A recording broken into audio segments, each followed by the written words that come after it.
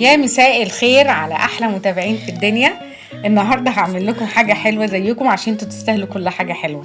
في حد من متابعيني كان طالب حلويات صيامي، دي صيامي وفطاري. دي هريسه اسكندراني، من احلى الحاجات اللي ممكن تاكلوها.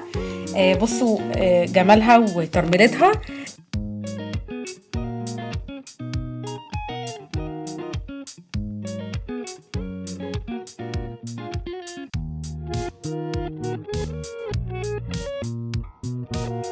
عندي مكونات الهريسة. نص كيلو من دي السميد، ده بيتجاب من عند العطار او من عند مستلزمات الحلواني زي ما انتم شايفينه كده. ما تجيبوش الاكياس الجاهزه، ما بتبقاش حلوه التركيبه اللي هي فيها. انا بحب اشتغل بالسميد اللي هو السميد بس، مش عليه اي اضافات. معايا 100 جرام من السمنه. لو صيامي يبقى هتستخدمي سمنه من اللي هي اي نوع سمنه نباتي. لو مش صيامي بنستخدم سمنه بلدي، مفيش اي مشاكل خالص. معايا 100 جرام من الميه، ومعايا 100 جرام من السكر، ما يعادل نص كوبايه من كل حاجه من المج العادي اللي عندكم لو ما عندكمش جرامات. لو عندكم الجرامات طبعا هيبقى احسن كتير. ودول عندي مكسرات، عندي حوالي نص معلقه، نص كوبايه او ربع كوبايه من المكسرات المشكله. ومعايا برضو حوالي معلقتين من الزبيب ومعلقتين من جوز الهند، وده اختياري، بتقللي او بتكتري على حسب انت تحبي الحشوه ايه. تمام. هجيب صينيه، دي حوالي مقاس 24. انا دهنتها بالسمنه زي ما انتم شايفين كده، وجهزت الفرن على درجه حراره 180 تسخن. وهعوز كمان معلقتين من اي نوع دقيق بس يكون كويس، معلقتين بس. وده اللي بيختلف عندي الهريسه عن البسبوسه، ان بتحط لها دقيق عادي. وعندي معلقه من الشربات التقيل، ده هضيفه للمكسرات عشان يمسك معايا. ومعايا حوالي نص كوبايه من جوز الهند، رشه من الملح ورشه من الفانيليا. اول حاجه هعملها ان انا هحط الميه وعليها السكر.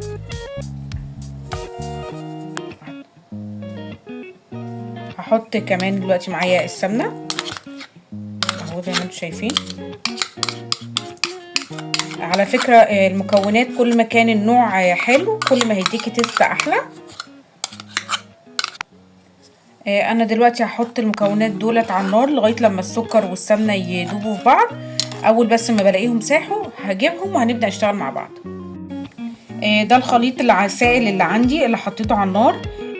انا سيبته لما يهدى، يعني لازم تحطي صباعك كده تحمليه، ما تحطوش ابدا سخن، لانك لو حطيتي المكونات الجافه، لو حطيت عليه المكونات دي وهو سخن بيحجر معاكي وهتديكي نتيجه وحشه جدا. فلازم تبقى يا دوبك تستحمليها زي ما انا وريتك كده. تمام. انا دلوقتي هخلط المكونات اهي، دي الجافه اللي انا قلت لكم عليها. هبدا احط المكونات، وطبعا الهريسه زي البسبوسه نفس التكنيك، ما ينفعش تتعجن خالص. هوريكم هعمل ايه. هنبسها يا دوبك كده بايدينا اهو كده زي ما انتم شايفين، مش بعجن، بطراطيف صوابعي زي ما انتم شايفين كده، علشان ما تحجرش معايا وبعد كده تشرب معايا الشربات لما نيجي نضيفه في الاخر. كده زي ما انتم شايفين انا يا دوبك كل المكونات امتزجت معايا من بعض. لو واخدين بالكم شبه حبات الرمل، هو ده قوام المفروض يبقى عليه الهريسه. ده غير البسبوسه خالص، يعني ده القوام بالنسبه لي كويس جدا. انا هعمل ايه دلوقتي؟ انا هقسم بالنص المكونات زي ما انتم شايفين. العجينه عندي هقسمها بالنص اهو، يعني بالنظر كده، لان انا عايزه الكميه اللي فوق تبقى قد الكميه اللي تحت. يعني لو حاسين ان ده اكبر من ده لا، لو حاسين ان انتوا مش هتعرفوا تظبطوها ممكن بالميزان خلوا ده نص ده. ليه؟ عشان تبقى معايا مظبوطه الحشوه جواها وكل حاجه. هبدا دلوقتي اخد الصينيه اللي انا دهناها بالسمنه وهفرد في الارضيه نص الكميه كده زي ما انتم شايفين.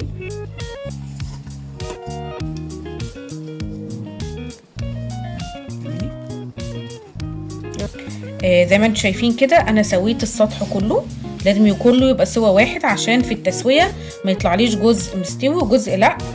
انا عندي هنا سكرابر، لو انتوا عندكم الآلة دي على فكره هي مش غاليه، هتلاقيها عند مستلزمات الحلواني بالطريقه دي اهو.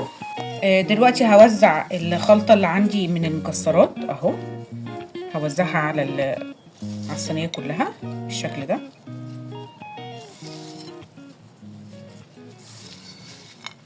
طبعا هنخلي بالنا ان كده ولا كده الزبيب لما بيتعرض للحراره هينتفخ شويه، ده هيعمل زي تشقق بسيط في الهريسه من فوق، ده عادي جدا. اول ما دلوقتي هجيب الكميه التانية وهبدا اوزعها، بس طبعا انا مش هعرف اوزعها زي ما وزعتها بسلاسه زي اللي تحت، فهبدا حته صغيره حته صغيره وهمشي املا كل الفراغات. يعني طولوا بالكم في الحته دي علشان تتساوى زي ما انتم شايفين، لان احنا عايزين نطلع مستويه فوق زي تحت، فبالراحه كده عشان الكميه كمان العجينه. انا كده سويت السطح زي ما انتم شايفينه اهو، يعني كله يبقى ان شاء الله سوا واحد اهو. لو في اي حاجه معايا بظبطها. مشغله الفرن على درجه حراره 180 في الرف الاوسط، مشغله من تحت بس، ومشغله لو عندكم مروحه بنشغلها. هنحطها ممكن تاخد حوالي نص ساعه او ساعه الا ربع، يعني خليها تاخد راحتها في السوا عشان تطلع مكرمله وشكلها حلو. احنا في الوقت ده هبدا احضر الشربات. للشربات انا هعوز كوبايه ونص من السكر، وعليهم كوبايه ونص من الميه، وعصره نص ليمونه، وهرفعهم على النار. في ناس بتحط جلوكوز اللي هو عسل جلوكوز لو متوفر عادي خالص، لو مش متوفر انا مش متوفر بصراحه، فانا هكتفي بالشربات كده.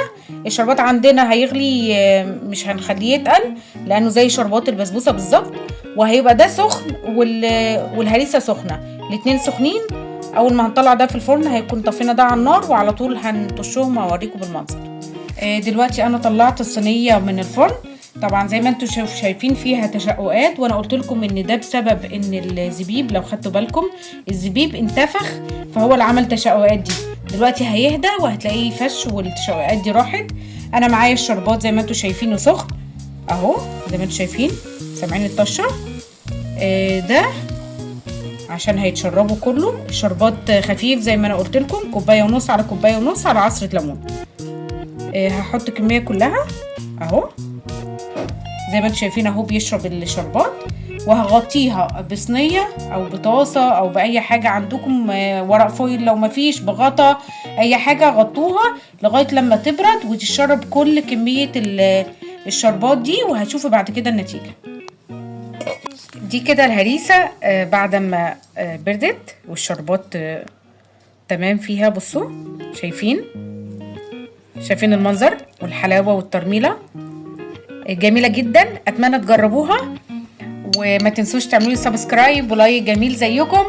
وانا حبيت ان انا البي طلب واحده من المتابعين بتوعي، كانت محتاجه وصفه لحلويات صيامي.